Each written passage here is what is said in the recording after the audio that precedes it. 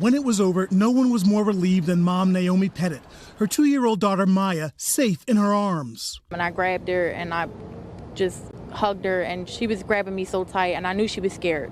Maya was one of 80 kids at the Precious Babies Learning Center, just across the street from where the accused gunman, Maurice Hill, engaged police in a firefight that dragged well into the night.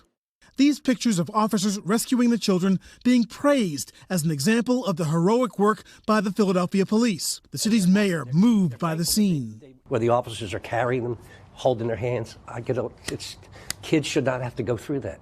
The mayor, flanked by an array of state and local leaders, now leading the call for tougher gun laws. Our officers need help.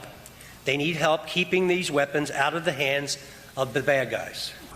As new images appear of the confrontation, many showing officers running toward the danger.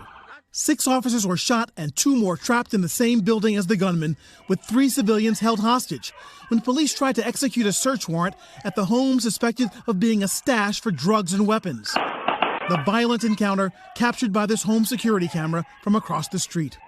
Later, fellow officers seen standing in salute as their wounded comrades left the hospital, the gunman finally surrendering after 7 hours.